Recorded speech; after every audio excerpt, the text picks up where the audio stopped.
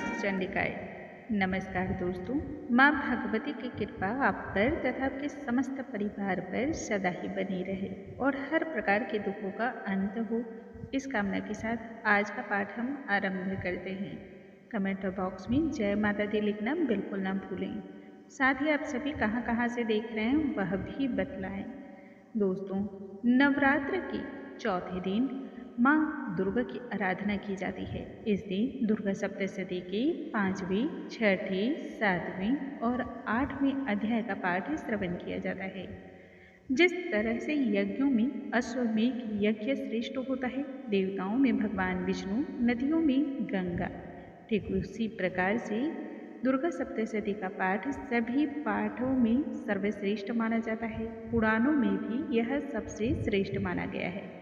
परम भक्ति भाव से जो भक्त इसे श्रवण कर लेता है, उसे हाथों हाथ चमत्कार देखने को मिलते हैं। आइए माँ भगवती का ध्यान करते हुए आज के पाठ को हम आरंभ करते हैं।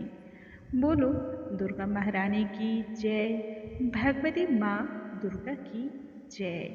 हे माँ, हम सभी पर अपनी कृपा दृष्टि हमेशा बनाए रखना। आज के इस पाठ में सबसे पहले हम सुनेंगे देवताओं के द्वारा देवी की स्तुति। चंडमुंड के मुख से अंबिका के रूप की प्रशंसा को सुनकर शुंभ का उनके पास दूत को भेजना और दूत का निराश लौट जाना। विनियोग। ओम इस उत्तर चरित्र के रुद्र ऋषि है, महासरस्वती देवता है, अनुष्टुप छंद है, भीमा शक्ति है, ब्राह्मणी बीज है, सूर्य तत्व है और सांबे स्वरूप है। महासरस्वती की प्रसन्नता के लिए उत्तर चरित्र के पाठ में इसका विनियोग किया जाता है। ध्यान। जो अपने कर कमलों में घंटा, शूल, हल, शंख, मूसल, चक्र तथा धनुष बाण को धारण करती हैं, शरद ऋतु के शोभा संपन्न चंद्रमा के समान जिनकी मनोहर कांति है, जो तीनों लोगों के आधारभूता और शुंभ आदि दैत्यों का नाश करने वाली है तथा गौरी के शरीर से जिनका प्राकट्य हुआ है, उन महासरस्वती देवी का मैं निरंतर भजन करती हूँ। ऋषि कहते हैं, पूर्व काल में शुंभ और निशुंभ नामक असुरों ने अपने बल के घमंड में आकर के सचिपति इंद्र के हाथ से तीनों लोगों का राज्य और यज्ञ भाग छीन लिए। वे ही दोनों सूर्य, चंद्रमा, कुबेर, यम और वरुण के अधिकार का भी उपयोग करने लगे। वायु और अग्नि का कार्य भी वे ही करने लगे।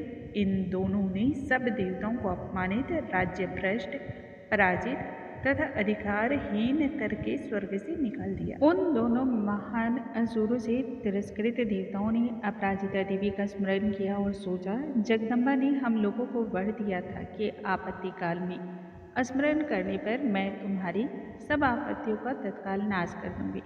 यह विचार कर देवता गिरिराज हिमालय पर गए और वहां भगवती विष्णु माया की स्तुति करने लगे।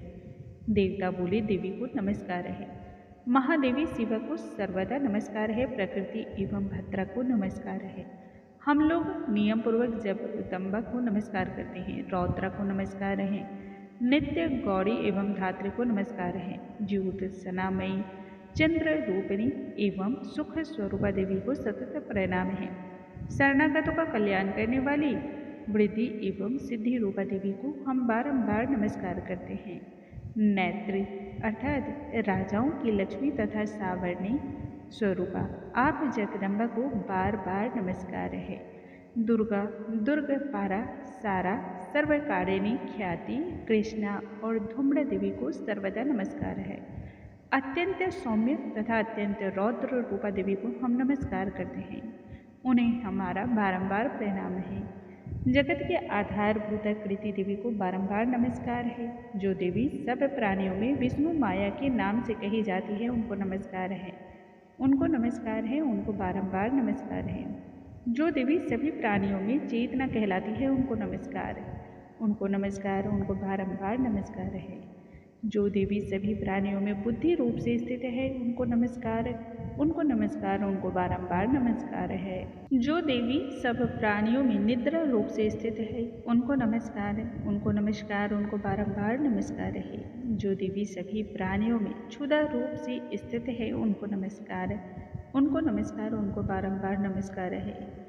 जो देवी सभी प्राणियों में छाया रूप से स्थित है उनको नमस्कार, उनको नमस्कार, उनको बारंबार नमस्कार है। जो देवी सभी प्राणियों में शक्ति रूप से स्थित है उनको नमस्कार, उनको नमस्कार, उनको बारंबार नमस्कार है। जो देवी सब प्राणियों में तृष्णा रूप से स्थित है उनको नमस्कार, उनको नमस्कार, उनको बारंबार नमस्कार है। जो देवी सब प्राणियों में शांति यानी कि क्षमा रूप से स्थित है उनको नमस्कार, उनको नमस्कार, उनको बारंबार नमस्कार है। जो देवी सब प्राणियों में जाति रूप से स्थित है उनको नमस्कार, उनको नमस्कार, उनको बारंबार नमस्कार है। जो देवी सब प्राणियों में लज्जा रूप से स्थित है उनको नमस्कार, उनको नमस्कार, उनको बारंबार नमस्कार है। जो देवी सब प्राणियों में शांति रूप से स्थित है उनको नमस्कार, उनको नमस्कार, उनको बारंबार नमस्कार है। जो देवी सब प्राणियों में श्रद्धा रूप से स्थित है उनको नमस्कार, उनको नमस्कार, उनको बारंबार नमस्कार है। जो देवी सब प्राणियों में कांति रूप से स्थित है उनको नमस्कार, उनको नमस्कार, उनको बारंबार नमस्कार है। जो देवी सब प्राणियों में लक्ष्मी रूप से स्थित है उनको नमस्कार, उनको नमस्कार, उनको बारंबार नमस्कार है। जो देवी सब प्राणियों में वृत्ति रूप से स्थित है उनको नमस्कार, उनको नमस्कार, उनको बारंबार नमस्कार है। जो देवी सब प्राणियों में स्मृति रूप से स्थित है उनको नमस्कार, उनको नमस्कार, उनको बारंबार नमस्कार है। जो देवी सब प्राणियों में दया रूप से स्थित है उनको नमस्कार, उनको नमस्कार, उनको बारंबार नमस्कार है। जो देवी सभी प्राणियों में तुष्टि रूप से स्थित है उनको नमस्कार, उनको नमस्कार, उनको बारंबार नमस्कार है। जो देवी सब प्राणियों में माता रूप से स्थित है उनको नमस्कार, उनको नमस्कार, उनको बारंबार नमस्कार है। जो देवी सभी प्राणियों में भ्रांति रूप से स्थित है उनको नमस्कार, उनको नमस्कार, उनको बारंबार नमस्कार है। जो जीवों के इंद्रिय वर्ग की अधिष्ठात्री देवी एवं सब प्राणियों में सदा व्याप्त रहने वाली है उन व्याप्ति देवी को बारंबार नमस्कार है। जो देवी चैतन्य रूप से इस संपूर्ण जगत को व्याप्त करके स्थित है उनको नमस्कार, उनको नमस्कार, उनको बारंबार नमस्कार है। पूर्व काल में अपने अभिष्ट की प्राप्ति होने से देवताओं ने जिनकी स्तुति की तथा देवराज इंद्र ने बहुत दिनों तक जिनका सेवन किया, वह कल्याण की साधन भूता ईश्वरी हमारा कल्याण और मंगल करे तथा सारी आपत्तियों का नाश कर डाले। उदंड दैत्यों से सताए हुए हम सभी देवता जिन परमेश्वरी को इस समय नमस्कार करते हैं तथा जो भक्ति से विनम्र पुरुषों द्वारा स्मरण किए जाने पर तत्काल ही संपूर्ण विपत्तियों का नाश कर देती है, वे जगदम्बा हमारा संकट दूर करे। ऋषि कहते हैं, हे राजन, इस प्रकार जब देवता स्तुति कर रहे थे उस समय पार्वती देवी गंगा जी के जल में स्नान करने के लिए वहां आई। उन सुंदर भौमों वाले भगवती ने देवताओं से पूछा, आप लोग यहाँ किन की स्तुति कर रहे हैं? तब उन्हीं के शरीर कोश से प्रकट हुई शिवा देवी बोली, शुंभ दैत्य से तिरस्कृत और युद्ध में निशुंभ से पराजित हो यहाँ एकत्रित हुई ये समस्त देवता यह मेरी ही स्तुति कर रहे हैं। पार्वती के शरीर कोश से अंबिका का प्रादुर्भाव हुआ था, इसलिए वे समस्त लोकों में कौशिकी कही जाती हैं। कौशिकी के प्रकट होने के बाद पार्वती देवी का शरीर काले रंग का हो गया, अतः वे हिमालय पर रहने वाली कालिका देवी के नाम से विख्यात हुई। तदंतर शुंभ निशुंभ के भृत्य चंड मुंड वहां आए और उन्होंने परम मनोहर रूप धारण करने वाली अंबिका देवी को देखा। फिर वे शुंभ के पास जाकर बोले, महाराज, एक अत्यंत मनोहर स्त्री है जो अपनी दिव्य कांति से हिमालय को प्रकाशित कर रही है। वैसा उत्तम रूप कहीं किसी ने भी नहीं देखा होगा। असुरेश्वर पता लगाइए वह देवी कौन है और उसे ले लीजिए। स्त्रियों में तो वह रत्न है, उसका प्रत्येक अंग बहुत ही सुंदर तथा वह अपने श्री अंगों की प्रभा से संपूर्ण दिशाओं में प्रकाश फैला रही है। दैत्यराज, अभी वह हिमालय पर ही मौजूद है, आप उसे देख सकते हैं। प्रभु, तीनों लोकों में मणि, हाथी और घोड़े आदि जितने भी रत्न हैं वे सब इस समय आपके घर में शोभा पाते हैं। हाथियों में रत्नभूत ऐरावत, यह पारिजात का वृक्ष और यह उच्च श्रवक घोड़ा, यह सब आपने इंद्र से ले लिया है। हंसों से जुता हुआ यह विमान भी आपके आंगन में शोभा पाता है। यह रत्न भूत अद्भुत विमान जो पहले ब्रह्मा जी के पास था, अब आपके यहाँ लाया गया है। यह महापद्म नामक निधि आप कुबेर से छीन लाए हैं। समुद्र ने भी आपको किंजलिनी नामक माला भेंट की है, जो केसरों से सुशोभित है और जिसके कमल कभी कुम्हलाते नहीं हैं। सुवर्ण की वर्षा करने वाला वरुण का छत्र भी आपके घर में शोभा पाता है, तथा यह श्रेष्ठ रथ जो पहले प्रजापति के अधिकार में था, अब आपके पास मौजूद है। दैत्येश्वर मृत्यु की उत्क्रांतिदा नाम वाली शक्ति भी आपने छीन ली है, तथा वरुण का पास और समुद्र में होने वाले सब प्रकार के रत्न आपके भाई निशुंभ के अधिकार में हैं। अग्नि ने भी स्वतः युद्ध किए हुए 2 वस्त्र आपकी सेवा में अर्पित किए हैं। दैत्यराज, इस प्रकार सभी रत्न आपने एकत्र कर लिए हैं। फिर जो यह स्त्रियों में रत्न रूप कल्याणमयी देवी है, इसे आप क्यों नहीं अपने अधिकार में कर लेते। ऋषि कहते हैं, चंड मुंड का यह वचन सुनकर कि शुंभ ने महादैत्य सुग्रीव को दूत बनाकर देवी के पास भेजा और कहा, तुम मेरी आज्ञा से उसके सामने ये बातें कहना और ऐसा उपाय करना जिससे प्रसन्न होकर वह शीघ्र ही यहाँ आ जाए।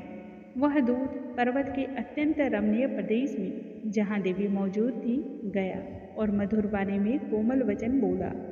दूत बोला, देवी, दैत्यराज शुंभ इस समय तीनों लोकों के परमेश्वर हैं। मैं उन्हीं का भेजा हुआ दूत हूँ और यहाँ तुम्हारे ही पास आया हूँ। उनकी आज्ञा सदा सब देवता एक स्वर से मानते हैं, कोई उनका उल्लंघन नहीं कर सकता। वे संपूर्ण देवताओं को परास्त कर चुके हैं। उन्होंने तुम्हारे लिए जो संदेश दिया है उसे सुनो। संपूर्ण त्रिलोकी मेरे अधिकार में है। देवता भी मेरी आज्ञा के अधीन चलते हैं। संपूर्ण यज्ञों के भागों को मैं ही पृथक पृथक भोगता हूँ। तीनों लोकों में जितने श्रेष्ठ रत्न हैं, वे सब मेरे अधिकार में हैं। देवराज इंद्र का वाहन ऐरावत, जो हाथियों में रत्न के समान है, मैंने छीन लिया है। क्षीर सागर का मंथन करने से जो अश्वरत्न उच्च श्रवा प्रकट हुआ था, उसे देवताओं ने मेरे पैरों पर परकर समर्पित कर दिया है। सुंदर, इसके सिवा और भी जितने रत्नभूत पदार्थ देवताओं, गंधर्वों और नागों के पास थे, वे सब मेरे ही पास आ गए हैं।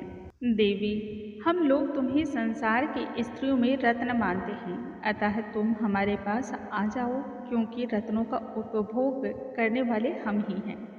चंचल कटाक्षों वाली सुंदरी, तुम मेरी या मेरे भाई महापराक्रमी निशुंभ की सेवा में आ जाओ, क्योंकि तुम रत्न स्वरूपा हो। मेरा वरण करने से तुम्हें तुलना रहित महान ऐश्वर्य की प्राप्ति होगी। अपनी बुद्धि से यह विचार कर तुम मेरी पत्नी बन जाओ। ऋषि कहते हैं, दूत की यूँ कहने पर कल्याणमयी भगवती दुर्गा देवी, जो इस जगत को धारण करती है, मन ही मन गंभीर भाव से मुस्कुराई और इस प्रकार बोली। देवी ने कहा, दूत, तुमने सत्य कहा है, इसमें तनिक भी मिथ्या नहीं है। शुंभ तीनों लोकों का स्वामी है और निशुंभ भी उसी के समान पराक्रमी है, किंतु इस विषय में मैंने जो प्रतिज्ञा कर ली है उसे मिथ्या कैसे करूं। मैंने अपनी अल्प बुद्धि के कारण पहले से जो प्रतिज्ञा कर रखी है उसे सुनो। जो मुझे संग्राम में जीत लेगा, जो मेरे अभिमान को चूर्ण कर देगा तथा संसार में जो मेरे समान बलवान होगा, वही मेरा स्वामी होगा। इसलिए शुंभ तथा महादैत्य निशुंभ स्वयं ही यहाँ पधारे और मुझे जीत कर शीघ्र ही मेरा पानी ग्रहण कर ले। इसमें विलंब की क्या आवश्यकता है।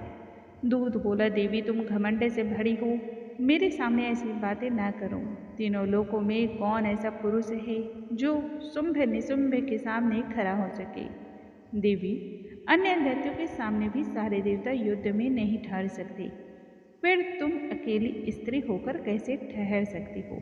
जिन शुंभ आदि दैत्यों के सामने इंद्र आदि सब देवता भी युद्ध में खड़े नहीं हुए, उनके सामने तुम स्त्री होकर कैसे जाओगी। इसलिए तुम मेरे ही कहने से शुंभ निशुंभ के पास चली चलो।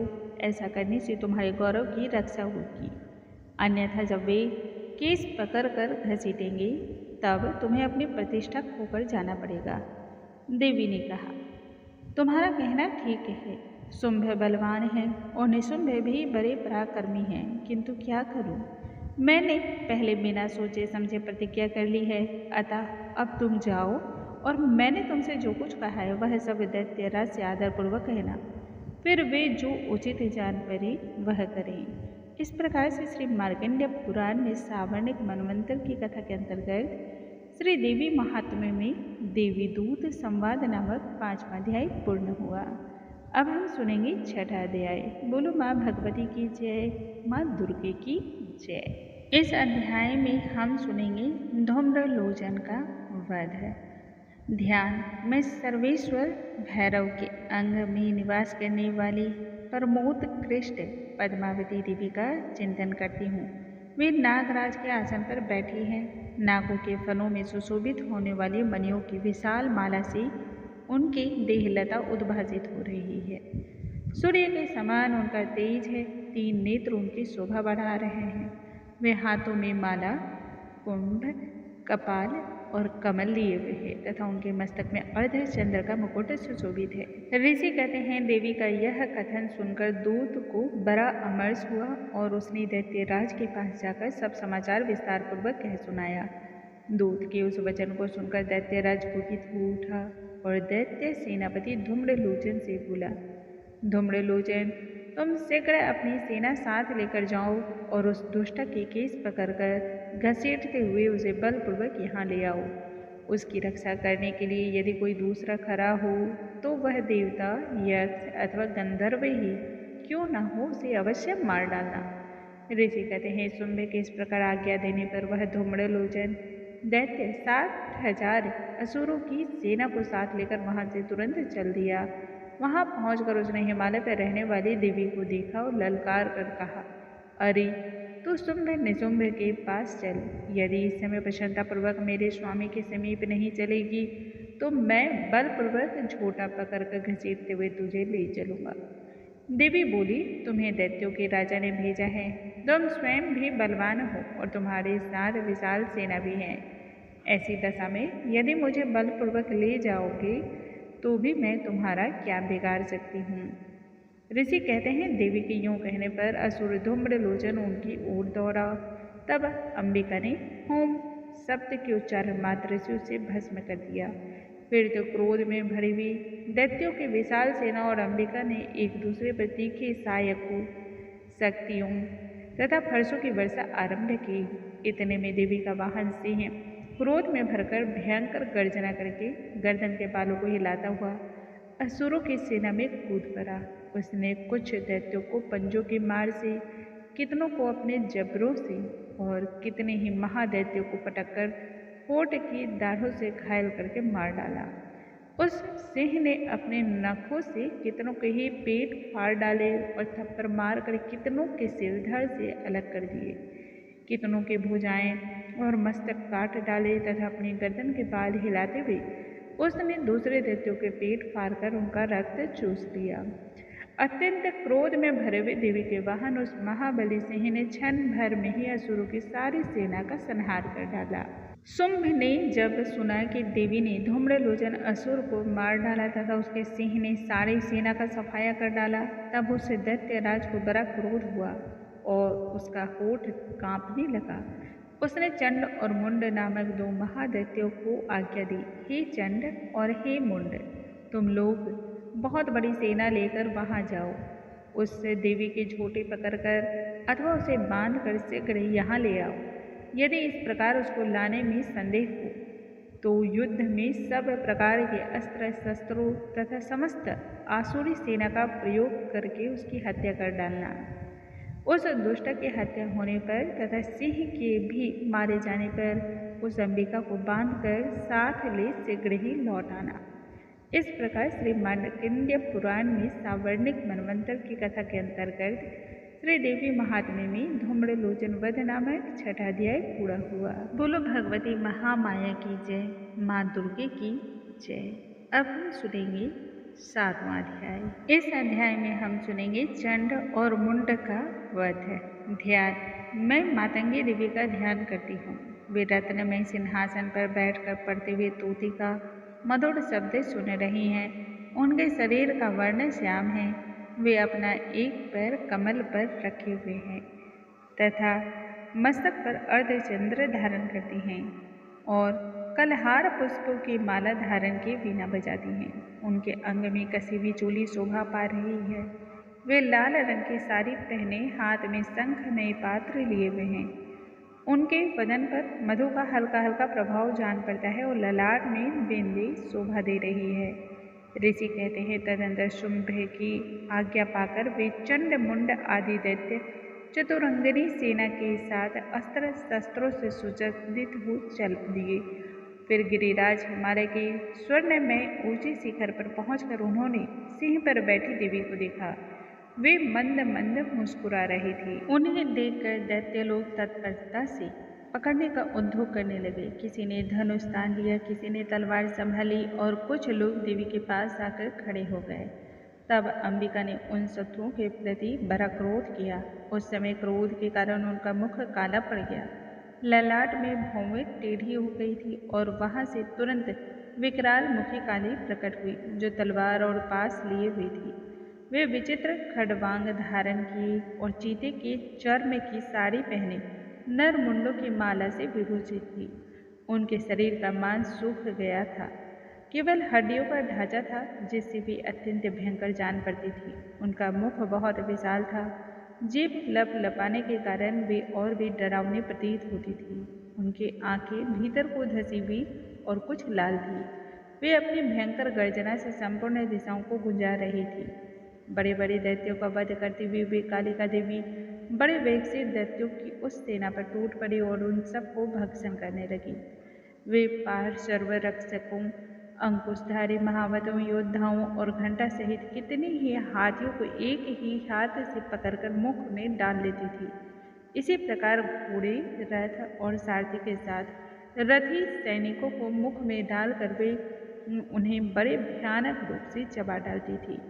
किसी के बाल पकड़ लेती, किसी का गला दबा देती, किसी को पैरों से कुचल डालती और किसी को छाती के धक्के से गिराकर मार डालती थी। वे असुरों के छोड़े हुए बड़े बड़े अस्त्र शस्त्र मुंह से पकड़ लेती और रोष में भरकर उनको दांतों से पीस डालती थी। काली ने बलवान एवं दुरात्मा दैत्यों की वह सारी सेना रौंद डाली, खा डाली और कितनों को मार भगाया। कोई तलवार के घाट उतारे गए, कोई खड़वांग से पीटे गए और कितने ही असुर दांतों के अग्रभाग से कुचले जाकर मृत्यु को प्राप्त हुए। इस प्रकार देवी ने असुरों की सारी सेना को क्षण भर में ही मार गिराया। यह देख चंड उन अत्यंत भयानक काली देवी की ओर दौड़ा तथा महादैत्य मुंड ने भी अत्यंत भयंकर बाणों की वर्षा से तथा हजारों बार चलाए हुए चक्रों से उन भयानक नेत्रों वाली देवी को आच्छादित कर दिया। वे अनेकों चक्र देवी के मुख में समाते हुए ऐसे जान पड़े मानो सूर्य के बहुतेरे मंडल बादलों के उदर में प्रवेश कर रहे हों। तब भयंकर गर्जना करने वाली काली ने अत्यंत रोष में भरकर विकट अट्टहास किया। उस समय उनके विकराल वदन के भीतर कठिनता से देखे जा सकने वाले दांतों की प्रभा से वे अत्यंत उज्ज्वल दिखाई देती थी। देवी ने बहुत बड़ी तलवार हाथ में ले हम का उच्चारण करके चंड पर धावा किया और उसके केस पकड़कर उसी तलवार से उसका मस्तक काट डाला। चंड को मारा गया देख मुंड भी देवी की ओर दौड़ा। तब देवी ने रोष में भरकर उसे भी तलवार से घायल करके धरती पर सुला दिया। महापराक्रमी चंड और मुंड को मारा गया देख मरने से बची हुई बाकी सेना भय से व्याकुल हो चारों ओर भाग गई। तदंतर काली ने चंड और मुंड का मस्तक हाथ में ले चंडिका के पास जाकर प्रचंड अट्टहास करते हुए कहा, देवी, मैंने चंड और मुंड नामक इन दो महापशुओं को तुम्हें भेंट किया है। अब युद्ध यज्ञ में तुम शुंभ और निशुंभ का स्वयं ही वध करना। ऋषि कहते हैं, वहां लाए हुए उन चंड मुंड नामक महादैत्यों को देखकर कल्याण में चंडी ने काली से मधुर वाणी में कहा, देवी, तुम चंड और मुंड को लेकर मेरे पास आई हो, इसलिए संसार में चामुंडा के नाम से तुम्हारी ख्याति होगी। इस प्रकार श्री मार्कंडेय पुराण में सावर्णिक मनवंतर की कथा के अंतर्गत देवी महात्म्य में चंड मुंड नामक 7वां अध्याय पूरा हुआ। बोलो भगवती महामाया की जय, माँ दुर्गी की जय। अब हम सुनेंगे 8वां अध्याय। इस अध्याय में हम सुनेंगे रक्त बीज का वध। ध्यान। मैं अनिमा आदि सिद्धिमयी किरणों से आवृत भवानी का ध्यान करती हूँ। उनके शरीर का रंग लाल है, नेत्रों में करुणा लहरा रही है तथा हाथों में पास अंकुश, बाण और धनुष शोभा पाते हैं। ऋषि कहते हैं चंड और मुंड नामक दैत्यों के मारे जाने पर तथा बहुत सी सेना का संहार हो जाने पर दैत्यों के राजा प्रतापी शुंभ के मन में बड़ा क्रोध हुआ और उसने दैत्यों की संपूर्ण सेना को युद्ध के लिए कूच करने की आज्ञा दी। वह बोला, आज उदयुद्ध नाम के 86 दैत्य सेनापति अपनी सेनाओं के साथ युद्ध के लिए प्रस्थान करें। कंबु नाम वाले दैत्यों के 84 सेना नायक अपनी वाहिनी से घिरे हुए यात्रा करें। 50 कोटि वीर्य कुल के और 100 धौम्र कुल के असुर सेनापति मेरी आज्ञा से सेना सहित कूच करें। कालक, दोहर्द, मौर्य और कालकई असुर भी युद्ध के लिए तैयार हो मेरी आज्ञा से तुरंत प्रस्थान करें। भयानक शासन करने वाला असुर राज शुंभ इस प्रकार आज्ञा दे सहस्त्रों बड़ी बड़ी सेनाओं के साथ युद्ध के लिए प्रस्थित हुआ। उसकी अत्यंत भयंकर सेना आती देख चंडिका ने अपने धनुष की टंकार से पृथ्वी और आकाश के बीच का भाग भुंजा दिया। राजन, तदंतर देवी के सिंह ने भी बड़े जोर जोर से दहाड़ना आरंभ किया। फिर अंबिका ने घंटे के शब्द से उस ध्वनि को और भी बढ़ा दिया। धनुष की टंकार, सिंह के दहाड़ और घंटे की ध्वनि से संपूर्ण दिशाएं गूंज उठी। उस भयंकर शब्द से काली ने अपने विकराल मुख को और भी बढ़ा लिया तथा इस प्रकार वे विजयिनी हुई। उस तुमुल नाद को सुनकर दैत्यों की सेनाओं ने चारों ओर से आकर चंडिका देवी, सिंह तथा काली देवी को क्रोधपूर्वक घेर लिया। राजन, इसी बीच में असुरों के विनाश तथा देवताओं के अभ्युदय के लिए ब्रह्मा, शिव, कार्तिकेय, विष्णु तथा इंद्र आदि देवों की शक्तियाँ, जो अत्यंत पराक्रम और बल से संपन्न थी, उनके शरीर से निकलकर उन्हीं के रूप में चंडिका देवी के पास गई। जिस देवता का जैसा रूप, जैसी वेशभूषा और जैसा वाहन है, ठीक वैसे ही साधनों से संपन्न हो उसकी शक्ति असुरों से युद्ध करने के लिए आई। सबसे पहले हंस युक्त विमान पर बैठी हुई अक्ष सूत्र और कमंडलों से सुशोभित ब्रह्मा जी की शक्ति उपस्थित हुई, जिसे ब्रह्मानी कहते हैं।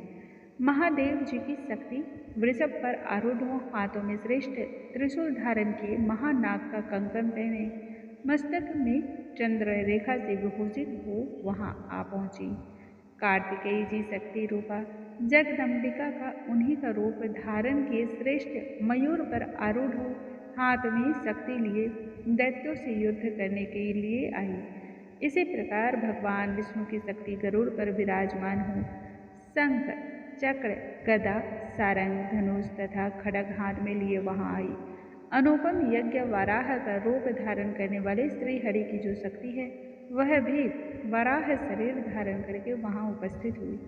नारसिंह शक्ति भी श्री नरसिंह के समान शक्ति धारण करके वहां आई। उसके गर्दन के बालों के झटके से आकाश के तारे बिखरे पड़ते थे। इसी प्रकार इंद्र की शक्ति वज्र हाथ में लिए गजराज ऐरावत पर बैठ कर आई। उसके भी सहस्त्र नेत्र थे। इंद्र का जैसा रूप है वैसा ही उसका भी था। तदंतर उन देव शक्तियों से घिरे हुए महादेवी ने चंडिका से कहा, मेरी प्रसन्नता के लिए तुम शीघ्र ही इन असुरों का संहार करो। तब देवी के शरीर से अत्यंत भयानक और परम उग्र चंडिका शक्ति प्रकट हुई, जो सैकड़ों गिदड़ियों की भांति आवाज करने वाली थी। उस अपराजिता देवी ने धूमिल जटा वाले महादेव जी से कहा कि भगवान, आप शुंभ निशुंभ के पास दूत बनकर जाइए और उन अत्यंत गर्वीले दानव शुंभ एवं निशुंभ दोनों से कहिए, साथ ही उनके अतिरिक्त भी जो दानव युद्ध के लिए वहां उपस्थित हो उनको भी यह संदेश दीजिए, दैत्यों, यदि तुम जीवित रहना चाहते हो तो पाताल को लौट जाओ। इंद्र को त्रिलोकी का राज्य मिल जाए और देवता यज्ञ भाग का उपभोग करे। यदि बल के घमंड में आकर तुम युद्ध की अभिलाषा रखते हो तो आओ, मेरी सिवाएं अर्थात योगिनियाँ तुम्हारे कच्चे मन से तृप्त हों। चूँकि उस देवी ने भगवान शिव को दूत के कार्य में नियुक्त किया था, इसलिए वह शिवदूती के नाम से संसार में विख्यात हुई। वे महादैत्य भी भगवान शिव के मुँह से देवी के वचन सुन करके क्रोध में भर गए और जहाँ कात्यायनी विराजमान थी उस ओर बढ़े। तदंतर वे दैत्य अमरस में भरकर पहले ही देवी के ऊपर बाण, शक्ति और रिष्टि आदि अस्त्रों की वृष्टि करने लगे। तब देवी ने भी खेल ही खेल में धनुष की टंकार की और उससे छोड़े हुए बड़े बड़े बाणों के द्वारा दैत्यों के चलाए हुए बाण, शूल, शक्ति और फरसों को काट डाला। फिर काली उनके आगे होकर शत्रुओं को शूल से प्रहार से विदीर्ण करने लगी और खड़वांग से उनका कचूमर निकालते हुए रणभूमि में विचरने लगी। ब्रह्मानी भी जिस ओर दौड़ती उसी ओर अपने कमंडलों का जल छिड़क कर शत्रुओं के ओज और पराक्रम को नष्ट कर देती थी। माहेश्वरी ने त्रिशूल से तथा वैष्णवी ने चक्र से और अत्यंत क्रोध में भरी हुई कुमार कार्तिकेय की शक्ति से दैत्यों का संहार आरंभ किया। इंद्र शक्ति के वज्र प्रहार से विदीर्ण हो सैकड़ों दैत्य दानव रक्त की धारा बहाते हुए पृथ्वी पर सो गए। वाराही शक्ति ने कितनों को अपनी थूथन की मार से नष्ट किया, दाढ़ों के अग्रभाग से कितनों की छाती छेद डाली तथा कितने ही दैत्य उसके चक्र की चोट से विदीर्ण होकर के गिर पड़े। नारसिंह भी दूसरे महादैत्यों को अपने नखों से विदीर्ण करके खाती और सिंहनाद से दिशाओं एवं आकाश को गुंजाते हुए युद्ध क्षेत्र में विचरने लगी। कितने ही असुर शिवदूती के प्रचंड अट्टहास से अत्यंत भयभीत हो पृथ्वी पर गिर पड़े और गिरने पर उन्हें शिवदूती ने उस समय अपना ग्रास बना लिया। इस प्रकार क्रोध में भरे हुए मातृगणों को नाना प्रकार के उपायों से बड़े बड़े असुरों का मर्दन करते देख दैत्य सैनिक भाग खड़े हुए। मातृगणों से पीड़ित दैत्यों को युद्ध से भागते देख रक्तबीज नामक महादैत्य क्रोध में भरकर युद्ध के लिए लौट आया। उसके शरीर से जब रक्त की बूंद पृथ्वी पर गिरती तब उसी के समान शक्तिशाली एक दूसरा महादैत्य पृथ्वी पर पैदा हो जाता। महासुर रक्तबीज हाथ में गदा लेकर इंद्र शक्ति के साथ युद्ध करने लगा। तब इंद्र ने अपने वज्र से रक्तबीज को मारा। वज्र से घायल होने पर उसके शरीर से बहुत सा रक्त चूने लगा और उससे उसी के समान रूप तथा पराक्रम वाले योद्धा उत्पन्न होने लगे। उसके शरीर से रक्त की जितनी बूंदें गिरी उतने ही पुरुष उत्पन्न हो गए। वे सब रक्त बीज के समान ही वीर्यवान, बलवान तथा पराक्रमी थे। वे रक्त से उत्पन्न होने वाले पुरुष भी अत्यंत भयंकर अस्त्र शस्त्रों का प्रहार करते हुए वहां मातृगणों के साथ घोर युद्ध करने लगे। पुनः वज्र के प्रहार से जब उनका मस्तक घायल हुआ तब रक्त बहने लगा और उससे हजारों पुरुष उत्पन्न हो गए। वैष्णवी ने युद्ध में रक्तबीज पर चक्र का प्रहार किया तथा इंद्री ने उस दैत्य सेनापति को गदा से चोट पहुंचाई। वैष्णवी के चक्र से घायल होने पर उसके शरीर से जो रक्त बहा और उससे जो उसी के बराबर आकार वाले सहस्त्रों महादैत्य प्रकट हुए, उनके द्वारा संपूर्ण जगत व्याप्त हो गया। कौमारी ने शक्ति से, वाराही ने खड्ग से और माहेश्वरी ने त्रिशूल से महादैत्य रक्तबीज को घायल कर दिया। क्रोध में भरे हुए उस महादैत्य रक्तबीज ने भी गदा से सभी मातृशक्तियों पर पृथक पृथक प्रहार किया। शक्ति और शूल आदि से अनेक बार घायल होने पर जो उसके शरीर से रक्त की धारा पृथ्वी पर गिरी, उससे भी निश्चय ही सैकड़ों असुर उत्पन्न हुए। इस प्रकार उस महादैत्य के रक्त से प्रकट हुए असुरों द्वारा संपूर्ण जगत व्याप्त हो गया। इससे उन देवताओं को बड़ा भय हुआ। देवताओं को उदास देख चंडिका ने काली से शीघ्रतापूर्वक कहा कि चामुंडी, तुम अपना मुख और फैलाओ तथा मेरे शस्त्र पात्र से गिरने वाले रक्त बंधुओं को और उससे उत्पन्न होने वाले महादैत्यों को तुम अपने इस उतावले मुख से खा जाओ। इस प्रकार रक्त से उत्पन्न होने वाले महादैत्यों का भक्षण करती हुई तुम रण में विचरती रहो। ऐसा करने से उस महादैत्य का सारा रक्त छिन्न हो जाने पर वह स्वयं भी नष्ट हो जाएगा। उन महाभयंकर दैत्यों को जब तुम खा जाओगे तब दूसरे नए दैत्य उत्पन्न नहीं हो सकेंगे। काली से यूं कहकर चंडिका देवी ने शूल से रक्तबीज को मारा और काली ने अपने मुख में उसका रक्त ले लिया। तब उसने वहां चंडिका पर गदा से प्रहार किया, किंतु उस गदापात ने देवी को तनिक भी वेदना नहीं पहुंचाई। रक्तबीज के घायल शरीर से बहुत सा रक्त गिरा, किंतु ज्यों ही वह गिरा त्यों ही चामुंडा ने उसे अपने मुख में ले लिया। रक्त गिरने से काली के मुख में जो महादैत्य उत्पन्न हुए उन्हें भी वह चट कर गई और उसने रक्त बीज का रक्त भी पी लिया। तदंतर देवी ने रक्त बीज को, जिसका रक्त चामुंडा ने पी लिया था, वज्र, बाण, खड्ग तथा रिष्टि आदि से मार डाला। राजन, इस प्रकार शस्त्रों के समुदाय से आहत एवं रक्तहीन हुआ महादैत्य रक्तबीज पृथ्वी पर गिर पड़ा। नरेश्वर, इससे देवताओं को अनुपम हर्ष की प्राप्ति हुई और मातृगण उन असुरों के रक्तपान के मद से उद्यत सा होकर नृत्य करने लगे। इस प्रकार श्री मार्कंडेय पुराण में सावर्णिक मनवंतर की कथा के अंतर्गत श्रीदेवी महात्म्य में रक्तबीज वध नामक 8वां अध्याय पूरा हुआ। दोस्तों, कल हम आगे के अध्याय के साथ पुनः मिलेंगे। तब तक के लिए नमस्कार। जय माता रानी।